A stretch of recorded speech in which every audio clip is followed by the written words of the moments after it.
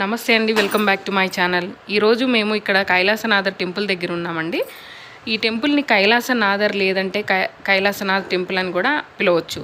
ఇది correct location వచ్చేసి కర్నూలు ఉంది కదండి. కర్నూలు నుంచి 450 కిలోమీటర్ల దూరంలో ఉన్న కంచీపురానికి వెళ్ళాలి అంటే ముందుగా తిరుపతి లేదా చిత్తూరుకి చేరుకోవాలండి. అక్కడి నుంచి నేరుగా బస్సులో వెళ్ళొచ్చు, లేదంటే కర్నూలు నుంచి నేరుగా చెన్నైకి వెళ్ళి అక్కడి నుంచి కంచికి చేరుకోవచ్చు. మనకి చెన్నై నుంచి 65 కిలోమీటర్స్ ఉంటుందండి.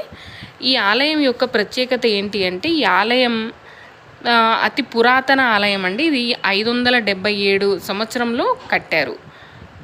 రాజనరసింహ పల్లవ 7వ శతాబ్దంలో విస్తరించారండి.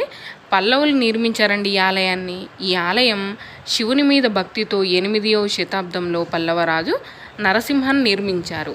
మిగిలిన ఆలయాలు మాదిరిగానే కొండరాతితో కాకుండా ఈ ఆలయం ఇసుకరాతితో కట్టడం